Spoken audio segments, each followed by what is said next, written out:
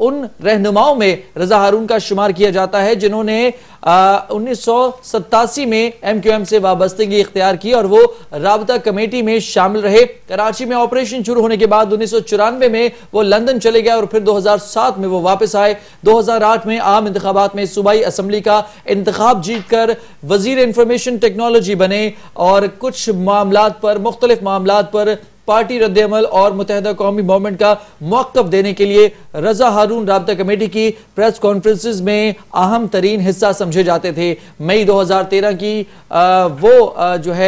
वो सूरत हाल जब मुत्तहिदा के कायद की जानिब से रहनुमाओं पर बरहम हुआ गया था, उनमें रजा हारून भी शामिल थे। और प्रिंट मीडिया से आए हुए तमाम साफी हज़रात, कैमरामैन, रिपोर्टर्स,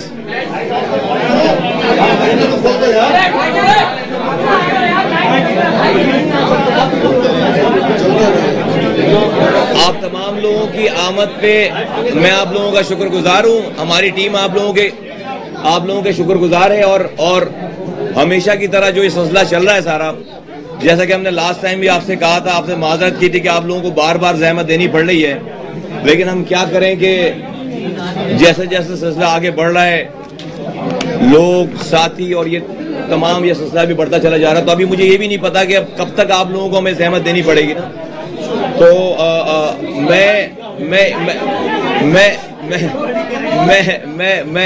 मैं आप तमाम लोगों को एक दफा फिर शुक्रिया अदा करता हूँ और रजा हारून भाई को मैं खुश आमदीद कहता हूँ।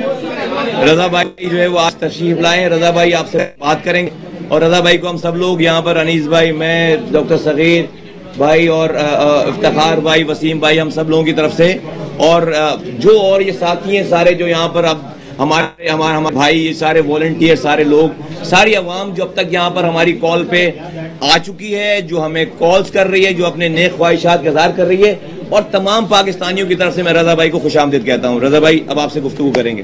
थैंक यू मुस्तफा भाई। औज़ु बिल्लाहि मिनश शैतानिर रजीम, बिस्मिल्लाहिर रहमानिर रहीम। मुस्तफा कमाल भाई, अनीस कैमखानी भाई, डॉक्टर सगीर भाई, वसीम आफ्ताब भाई, इफ्तिखार आलम भाई,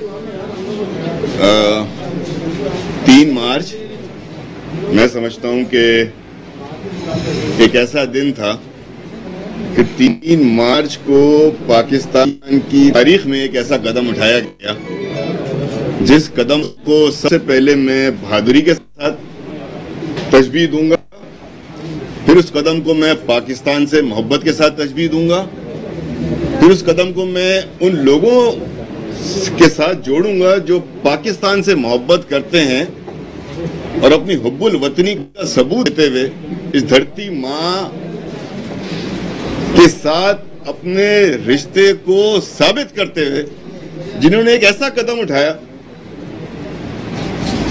कि आप यकीन माने, मैं दिल की गहराई से ये बात कर रहा हूं कि उस कदम को उठाने के लिए और उस हक की जंग को शुरू करने के लिए,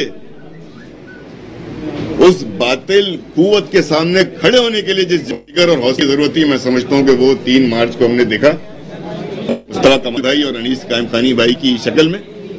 और मैं अपने घर लंदन में बैठा था और मैं इस टीवी को देख रहा था और मैं सोच रहा था कि यार सही बात है, यह दुरुस्त है, जो बातें ये कर रहे हैं ये बातें दुरुस्त है, ऐसा ही है। और ये मेरे दिल की सोच नहीं है, मैं दावे से कह सकता हूं कि यहां बैठे हुए सारे के सारे लोग, मीडिया के दोस्त, हमारे cameraman, photographers, print electronic media के लोग और जो साथी यहां खड़े हैं, लोग खड़े हैं, महल्लेदार, पाकिस्तानी, हर घर में यह बात सोच रहा था, तंग आ गए थे, परेशान हो गए। ये MQM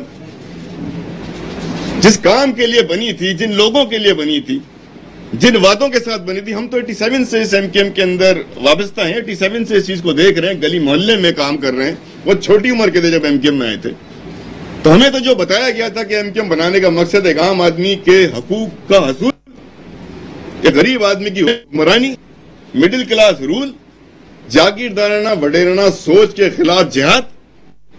और आज हम क्या देखते हैं कि ये सारी सारी वो बुराइयां जिनके लिए MQM बनाई गई थी, जिसके लिए मेरे जैसा एक नौजवान या और नौजवान मुस्तफा भाई जब आए होंगे तो उस वक्त इनकी उम्र भी कम होगी, जो एमक्यूएम में आए थे वो तो इसके लिए, वो किसी एक शख्स को मुतमईन करने के लिए, वो किसी एक शख्स को कायद के बाद खुद का दर्जा देकर उसकी पूजा करने के लिए तो नहीं बनाई गई थी। इसका मकसद ये तो नहीं था कि जलसा होगा तो एक फर्द की किसी परेशानी, किसी मजबूरी, किसी शिकायत, किसी नाराजगी, किसी गुस्से को दूर करने के लिए होगा।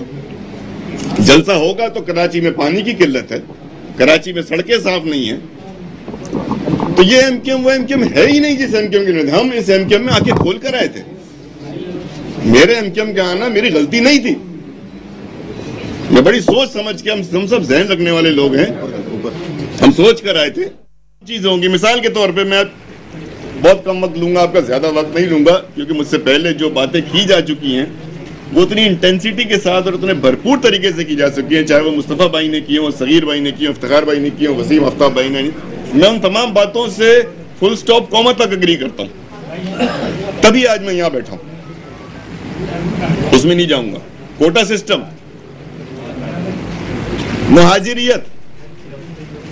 मुहाजिरियत को जोड़ा गया कोटा सिस्टम से। क्या 30 साल में कोटा सिस्टम खत्म हो गया? क्या कभी कोई जिद्दोजहद की, कोई असेंबली में बिल पेश किया? 18वीं तरमीम आ रही थी, 18वीं तरमीम में ही कुछ कर लेते। हर जमात ने अपनी अपनी बात बनवा ली। क्या हमारी जमात कोटा सिस्टम बनवा सकी? क्या हमारी जमात का इतना भी असर रसूख नहीं था कि हमें कोटा सिस्टम की आईनी तरमीम ले आते? क्या किया हमने?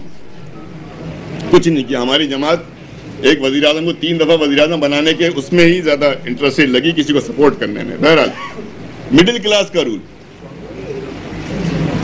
मैं नजरिए से बहुत मुतमईन हूं मिडिल क्लास, लेकिन हमारे जो मिडिल क्लास के लोग तो सब अपर क्लास के हो गए। अब तो अपर क्लास का रूल है। बहुत सारी बातें हैं, बहुत सारी चीजें हैं जिनको देखते गए, समझते गए, सुनते गए, आंखें खुलती गई। 3 मार्च के बाद दिल भी खुला, जहन भी खुला, और ये हुआ कि नहीं यार, जिन्होंने बेड़ा उठाया है, जब एक हक बात के लिए बेड़ा उठाया है और उस हक बात में सच्चाई नजर आती है तो अब इनका साथ देने का वक्त है। दिल में बुरा बहुत कह लिया, महफिलों में, घरों में बैठ के बुरा भला बहुत कह लिया। कौन सा ऐसा एमक्यूएम का रहनुमा, यहां का वहां का, साहब का, ये तो सब साहब का हो गया, कौन सा